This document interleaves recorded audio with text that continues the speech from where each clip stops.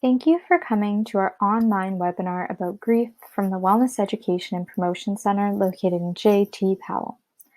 The purpose of this webinar is to learn about grief, isolation, and how to better take care of yourself when grieving.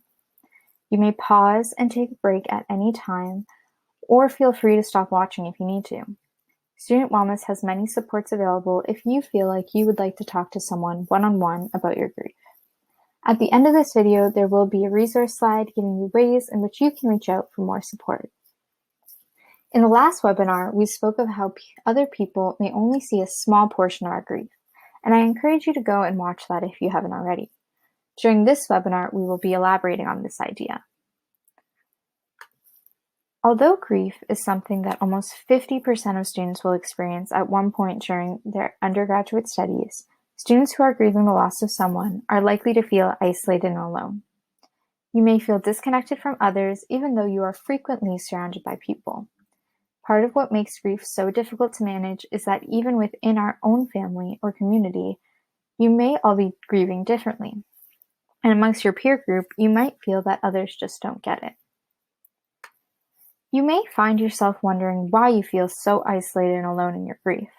There are a lot of different reasons that you may feel this way. Some of this comes down to the fact that we live in a grief-illiterate society, so people generally just don't know how to talk about grief. Or you might have learned some myths about what grief should look like. Talking about grief is hard. Grief is not something that many of us know how to talk about, largely because it is something that we may have not openly discussed before. Especially as students, many of your peers may not have experienced this type of loss, which means we don't always know what to say or how to express our heavy emotions. This all contributes to the feeling of being isolated and alone. You may want to share the thoughts, feelings, and memories you have of your important person, but don't know how to bring it up. You may also feel uncomfortable bringing up a sad topic. You may feel like you're being a downer. You might be afraid of what other people will think of you if you talk about your grief or the person you are grieving. It is also scary to talk about because it's really vulnerable. Being upset or crying in front of others makes you even more vulnerable, and could be another reason that talking about your grief is hard. You might be worried about how others will respond to your vulnerability. Many of you may have had at least one experience where a peer or someone else in your life really just didn't get it. When you expressed something personal and they said or did something that felt hurtful or made you feel even more isolated and alone. Another thing that can contribute to feeling alone is that peers might not always get it right. Your friends, classmates, and professors may not always say the right thing. They may try to cheer you up or tell you to be strong. They may tell you that it's time to get over your grief and move on. Or they may avoid talking about your loss at all, or worse, avoid you altogether. When someone responds in a way that you felt was unhelpful, it makes opening up even harder next time. It can be really discouraging because you put yourself out there and someone else let you down. Often this can contribute to you feeling even more isolated. Next, campuses are not necessarily set up to support grieving students. University campuses do not provide the same level of support that being at home with family does. Many campuses are not necessarily set up to offer the support that grieving individuals might need. For example, there aren't always adequate resources, and when there are, it can be hard to find them. Another reason that grieving on campus might be hard is that you might be the only person on campus grieving for the individual you lost. You might also be the only person in your friend group to have experienced the loss of a significant person. That in itself, not having the shared lived experience of grief with those around you, can be pretty isolating. On top of that, you might face challenges with profs, TAs, RAs, or other aspects of the university system. For example, those people might not understand or come across as insensitive because they don't understand what being a grieving student means. Again, this comes back to the fact that we live in a grief-illiterate society.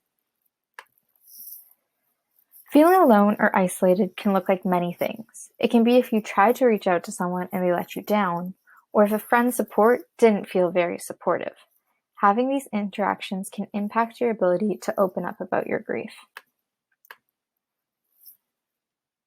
So we mentioned a few things that people might do or say to people who are grieving that we really don't find helpful.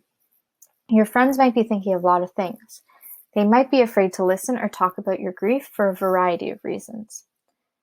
They may be facing feelings of worry or concern about your well-being. They may not be comfortable talking about it. They might be afraid that they don't have enough experiences with death to relate to a grieving friend.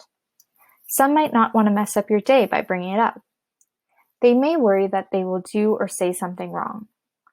They may be afraid of being reminded of their own issues and pain. They may believe that they are going to make it worse for you. They may also be concerned about the time and the energy it takes to have a conversation about grief.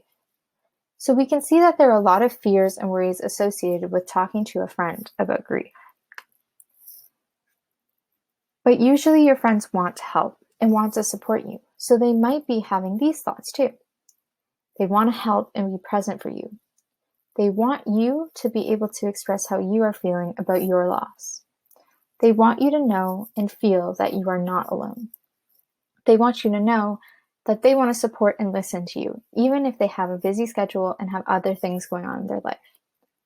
What this means is that even though your friend might not get it right and might not always do the right thing, they typically do care and have good intentions. They also might have a lot of worries and uncertainties about supporting you right now. They might not know what to do to help, but often they want to be there for you. Some potential fears that you may have on relying on others for grief support is rejection, becoming vulnerable in front of others, not being able to control your own emotions, and feeling like a burden to someone by being a downer or thinking that you should be able to do it by yourself. Even though grief is isolating, we do know that finding social support in peers and loved ones can be important in helping us tolerate and move through the grief at our own pace. In fact, the majority of students who are grieving find that talking to peers is actually quite helpful. Whether this is sharing fun anecdotes and memories about the person you are grieving, or talking about the experience of grieving itself. Talking about your grief can be incredibly therapeutic and helpful. So now that we've talked through all of this important stuff, I want to leave you with some takeaway messages. Grief is isolating. Social support is an important part of the healing experience. Everyone's grief journey is unique, and we all find different things helpful or unhelpful. But we can help others support us by asking for the support that we need. If you feel that you need more individual support, help's available, and this slide contains contact information for wellness services and crisis lines available to the University of Guelph students.